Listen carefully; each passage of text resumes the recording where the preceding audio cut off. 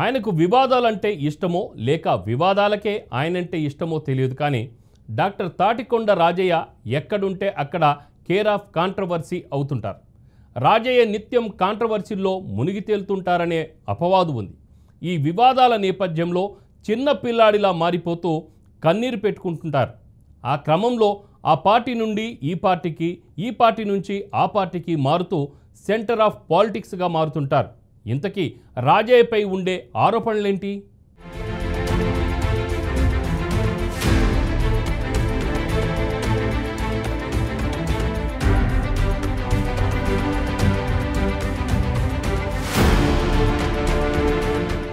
మాజీ deputy CM doctor Tatikonda Rajaiah అంటేనే కాంట్రవర్సీకి కేర్ ఆఫ్ అడ్రస్. ఆయన చుట్టూ నిత్యం వివాదాలే. రాజయ్య ఎక్కడుంటే అక్కడ వివాదాలే. అందుకే రాజయ్య కేర్ ఆఫ్ కాంట్రవర్సీ అంటుంటారు. అంతేకాదు తెలంగాణ రాష్ట్రానికి ఉప ముఖ్యమంత్రులుగా పనిచేసిన డాక్టర్ తాటికొండ రాజయ్య, కడియం శ్రీహరిల మధ్య పచ్చగడ్డి వేస్తే బగ్గుమంటోంది. వీరిద్దరూ ఒకే పార్టీలో ఉన్నా, ప్రత్యర్థి పార్టీలో ఉన్నా వీరి మధ్య మాటల యుద్ధం కొనసాగుతూనే ఉంది. ఒకానొక సందర్భంలో ఇద్దరు ఒకే పార్టీలో చేరారు. ఆ సమయంలో పార్టీ ముఖ్య నేతలు రంగంలోకి దిగి ఇద్దరి మధ్య సంధి కుదిర్చారు. అయినప్పటికీ ఇద్దరి మధ్య రాజకీయ వైరం కొనసాగుతూనే ఉంది.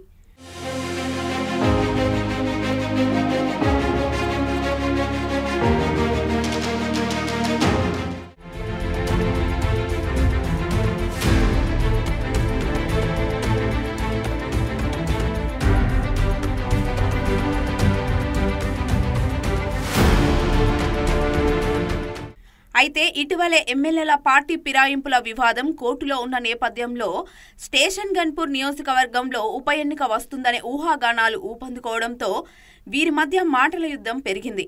ఒకరిపై మరొకరు వ్యక్తిగతంగా దూషించుకోవడంతో పాటు అవినీతి ఆరోపణలు చేసుకుంటున్నారు. నిత్యం సవాళ్లు, ప్రతి సవాళ్లతో వరంగల్ రాజకీయాల్లో హీట్ పుట్టిస్తున్నారు. ఇటీవలే స్థాయిని మరిచి వ్యక్తిగతమైన దూషణలకు సైతం దిగుతూ చర్చనీయాంశంగా మారారు.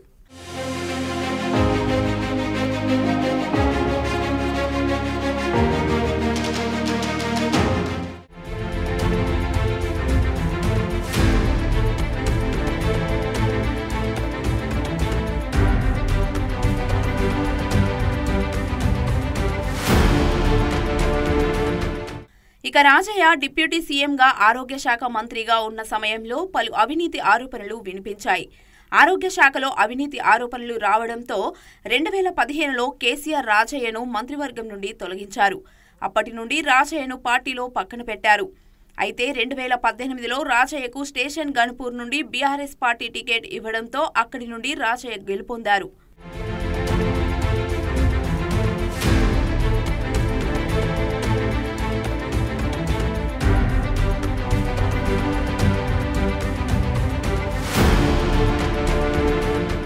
ఇదిలా ఉంటే రాజయ్య రాసలీల ఆడియో టేపులు రాష్ట్ర రాజకీయాల్లో కలకలం సృష్టించాయి. ఓ మహిళతో రాజయ్య మాట్లాడిన ఆడియో సోషల్ మీడియాలో హల్చల్ చేసింది. ఈ వీడియోలోని మాటలు వింటే రాజయ్య అంత రసికిడా అనే సందేహం కూడా రాక తప్పదు.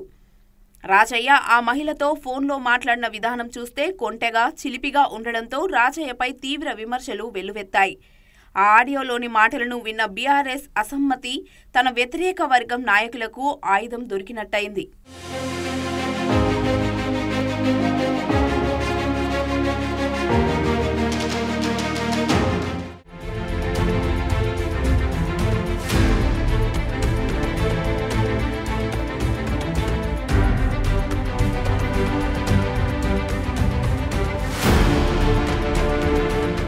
మరోవైపు సొంత పార్టీకి చెందిన సర్పంచ్ నవ్య విషయంలో కూడా రాజయ్య వివాదాల్లో చిక్కుకొని తీవ్ర విమర్శల పాలయ్యారు.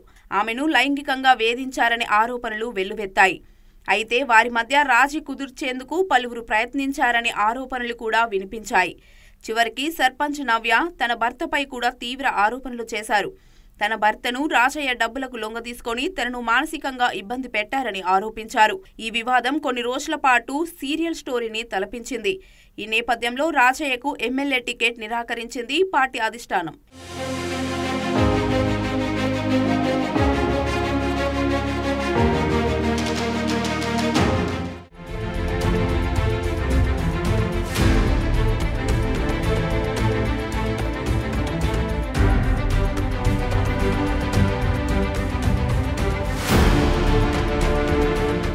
ఇదిలా ఉంటే ఓ కార్యక్రమంలో ఓ మహిళా ఎంపీపీ దీపాన్ని వెలిగిస్తుండగా ఆ మహిళా ఎంపీపీ నడుంపై చేయి వేశారు రాజయ్య.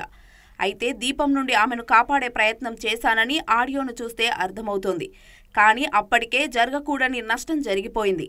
రాజయ్య కావాలనే ఆమె నడుముపై చేయి వేశారనే ఆరోపణలు వెల్లువెత్తాయి. ఈ వీడియో కూడా సోషల్ మీడియాతో పాటు మెయిన్ స్ట్రీమ్లోనూ హల్చల్ చేసింది.